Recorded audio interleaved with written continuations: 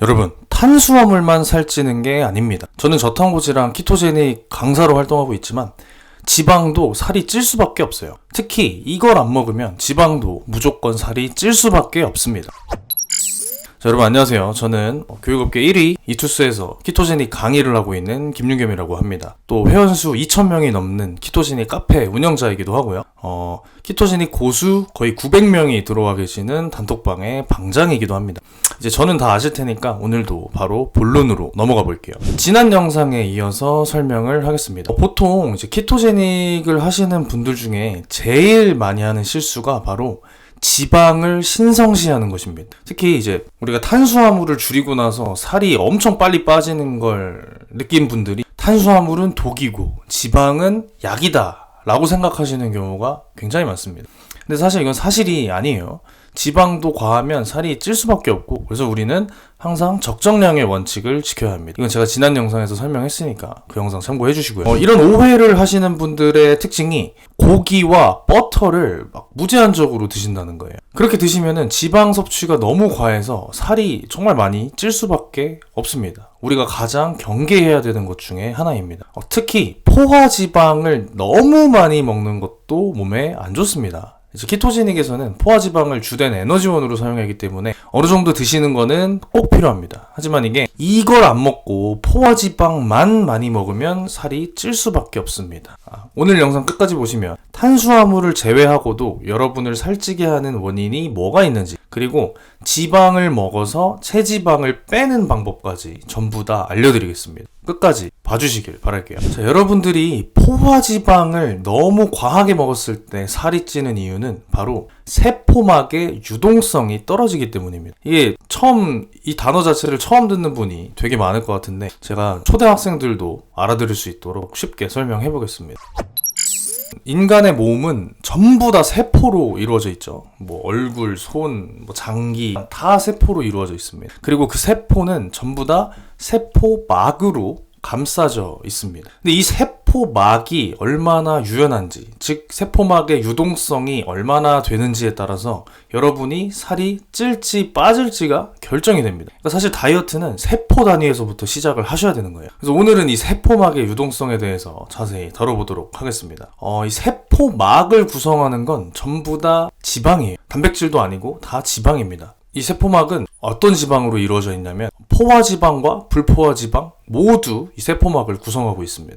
근데 제가 저번 영상에서 포화지방은 분자 구조가 굉장히 견고하고 그래서 상온에서 고체로 존재한다고 했었죠. 그렇기 때문에 이 포화지방산은 그 자체로 움직임이 둔한 경향이 있습니다. 반면에 불포화지방산은 이 분자 구조에 이제 빈 공간이 하나씩 있기 때문에 상온에서 액체로 존재한다고 했었죠. 그래서 불포화지방산은 포화지방산에 비해서 움직임이 활발한 경향이 있습니다. 그래서 이 세포막에 있는 지방의 비율에 따라서 세포막의 유동성도 달라질 수밖에 없습니다. 그냥 쉽게 말하자면 딱딱한 포화지방이 많으면 세포막이 굳을 거고, 좀 유연한 불포화지방산이 많으면 세포막이 흐물흐물해지겠죠. 그냥 이렇게 이해하고 넘어가시면 됩니다. 자, 그럼 뭐가 좋은 거냐? 흐물흐물한 게 좋은 거냐? 딱딱한 게 좋은 거냐? 궁금하실 텐데 정답은 둘 다 아닙니다. 그 중간, 즉 가장 적절하게 유연한 상태가 제일 좋습니다. 왜냐면 이 세포막이 적정하게 유연해야지만 세포가 호르몬에 빠르게 반응하고 이에 따라서 대사 속도도 빨라지기 때문입니다. 대사가 빨라지면 어떻게 되죠? 에너지를 막 활발하게 만들으니까 살이 잘 빠지겠죠. 그래서 우리는 이 세포막의 유연성, 즉 유동성이 적정한 수준을 유지할 수 있도록 식습관을 바꿔야 됩니다. 사실 세포막은 너무 유연해지면 이제 제 기능을 못하기도 하고 대사가 너무 빨라져도 안 좋은 면이 있기는 한데 요건 좀 특수한 경우고 제가 다음 영상에서 좀 자세히 다뤄볼게요. 자, 다시 돌아와서 이제 불포화지방산을 왜 먹어야 되는지는 충분히 아시겠죠? 자, 그러면 아무 불포화지방산이나 먹어도 될까요? 절대 그렇지 않습니다. 이게 불포화지방산 중에서도 세포막의 유연성에 기여하는 지방산은 따로 있습니다. 그냥 결론부터 말씀드릴게요. 실질적으로 세포막 유연성에 가장 크게 기여하는 건 바로 오메가3입니다. 이거는 제가 말로 설명하는 것보다는 그냥 영상을 보시는 게 이해가 훨씬 빠를 거예요. 그래서 좀 잠시 쉬고 영상 하나 틀어드리도록 하겠습니다. 오메가6와 오메가3는 둘 다 세포막을 구성하는 필수 지방산입니다. 세포막의 오메가3는 DHA라고도 불립니다. 그런데 두 지방산은 움직임에서 차이가 납니다. 오메가3 지방산은 활발하고 빠른 반면 오메가6 지방산은 움직임이 둔하죠. 움직임의 차이는 세포막의 성격에 영향을 주는데요. 세포막에 오메가3 지방산이 충분하면 세포막의 구성물이 활발하게 움직입니다. 덕분에 호르몬과 빠르게 반응할 수 있고 포도당과 같은 물질도 세포 안으로 잘 들어옵니다. 그런데 움직임이 둔한 오메가6가 많으면 정반대의 현상이 벌어집니다. 세포막의 구성 요소들이 이동하는 속도가 느려지고 결과적으로 대사 속도가 둔화됩니다. 자, 보셨죠? 오메가3가 오메가6보다 압도적으로 세포막 유동성에 기여를 많이 합니다.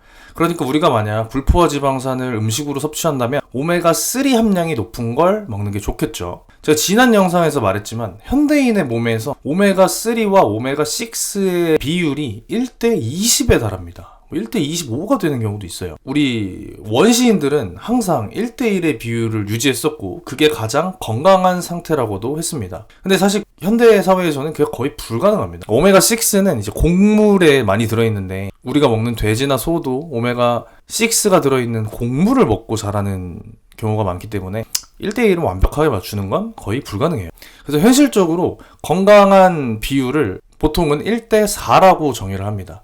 그래서 우리도 식사를 할 때 오메가3와 6의 비중을 1대4 정도로 대략적으로 생각을 하면서 드셔주는 게 좋아요. 근데 이 비율을 현실적으로 막 계산하기는 어려우니까 그냥 오메가3가 든 음식을 최대한 많이 먹는다고 생각하시는 게 좋습니다. 심지어 오메가3는 우리 몸이 자체적으로 만들지도 못합니다. 무조건 음식을 통해서 조달을 해야 돼요. 그러니까 오메가3 함량이 높은 음식을 꼭 많이 드셔줘야겠죠. 자, 그럼 이제 본격적으로 오메가3 함량이 높은 음식을 추천드리겠습니다. 첫 번째는 바로 생선입니다. 우리 물고기들 보면은 이렇게 바닷속에서 막 흐물흐물 잘 움직이죠. 이게 세포의 불포화 지방산, 그 중에서도 오메가3가 많기 때문입니다. 그래서 몸이 다른 육지 동물에 비해서 부드러운 거예요. 특히 여기에는 EPA와 DHA, 심혈관 질환과 두뇌 활동에 좋은 오메가3가 엄청 많습니다. 주기적으로 고등어나 연어처럼 등푸른 생선을 많이 드셔주는 게 좋아요. 사실 이 생선의 크기가 커질수록 이 수은 함량이 높은 경향이 있어서 매일매일 하루에 2번씩 생선을 먹는 건 좋지 않습니다. 요거는 제가 다음 영상에서 자세히 한번 설명해 드릴게요.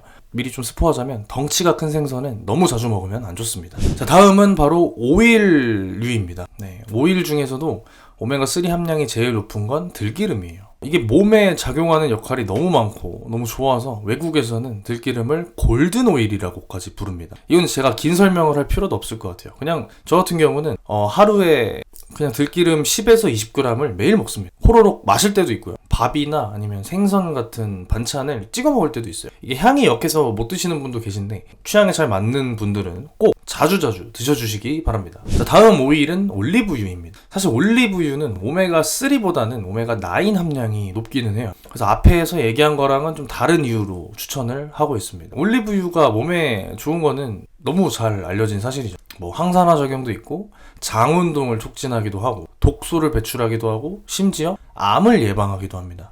제일 알려진 거는 이제 나쁜 콜레스테롤이라고 알려진 LDL 콜레스테롤 수치를 떨어뜨리기도 하죠. 근데 뭐 이 부분도 사실 좀 더 얘기를 해야 되는데 다음 영상에서 다뤄보도록 하겠습니다. 근데 주의할 점이 올리브유는 가열하면 훼손되기가 매우 쉽습니다. 그래서 불에 가열해서 드시기보다는 샐러드에 둘러서 먹거나 아니면 그냥 한 숟갈씩 퍼드시는 걸 추천합니다. 또한 제조할 때 이제 가열하지 않은 냉압착 방식으로 만든 엑스트라 버진 등급을 골라주시기 바랍니다. 다음은 아보카도 오일입니다. 아보카도 오일도 몸에 너무 좋죠. 동맥경화도 예방하고 이제 글루타치온이라는 항산화 성분이 많아서 해독이나 노화 방지에도 탁월한 효과가 있습니다. 해독의 작용을 하면은 이제 우리 간 건강에도 아주 좋겠죠. 올리브유와 마찬가지로 이제 LDL 콜레스테롤 수치를 낮춰주기도 합니다. 아보카도 오일을 추천하는 이유는 올리브유는 요리에 가열할 때 못 쓰는 경우가 많아요. 훼손이 되기 때문인데 아보카도 오일은 가열점이 높아서 그런 걱정 없이 요리에 마음껏 사용하셔도 좋습니다. 자, 견과류 중에서는 호두를 가장 추천합니다. 아까 말한 것과 마찬가지로 견과류 중에 오메가3 함량이 가장 높기 때문입니다. 말고도 사실 뭐 호두의 효능은 진짜 많은데 여기서는 주제를 벗어나지 않기 위해서 이 정도로 정리를 해볼게요. 자, 그러면 불포화 지방산은 무조건 몸에 좋을까요? 사실은 그렇지 않습니다. 불포화 지방산, 쉽게 말하면 이제 식물성 오일은 몸에 무조건 좋은 것처럼 이제 마케팅이 잘 되어 있는 경향이 있는데요.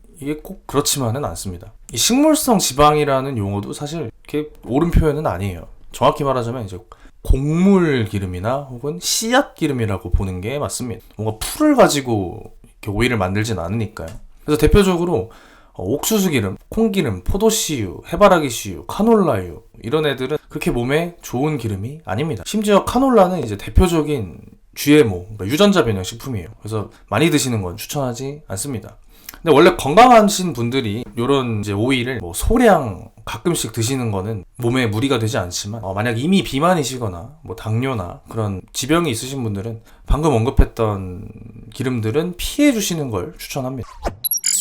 자, 정리하자면 포화지방만 너무 많이 드시지 마시고 불포화지방산도 같이 드셔주세요. 근데 그 중에서도 세포막을 부드럽게 만드는 오메가3 함량이 높은 음식을, 높은 불포화지방산을 드시기 바랍니다. 제가 추천하는 식품들은 생선, 들기름, 올리브유, 아보카도유, 그리고 호두 정도가 있겠고요. 얘네를 제외한 옥수수 기름이나 콩기름, 포도씨유, 카놀라유는 피해 주시는 걸 추천합니다. 물론 불가피할 때 드시는 건 어떨 수 없어요. 다만 너무 과하게 드시면 안 됩니다. 얘기를 하다 보니까 또 분량 조절에 실패한 것 같은데 이것도 심지어 엄청나게 분량을 줄인 거예요. 제가 다음부터는 꼭 더 잘 정리된, 더 분량이 줄어든 영상으로 찾아뵙도록 하겠고요. 오늘 영상 끝까지 봐주셔서 정말 감사합니다. 다음에 더 좋은 콘텐츠로 찾아뵙겠습니다. 감사합니다.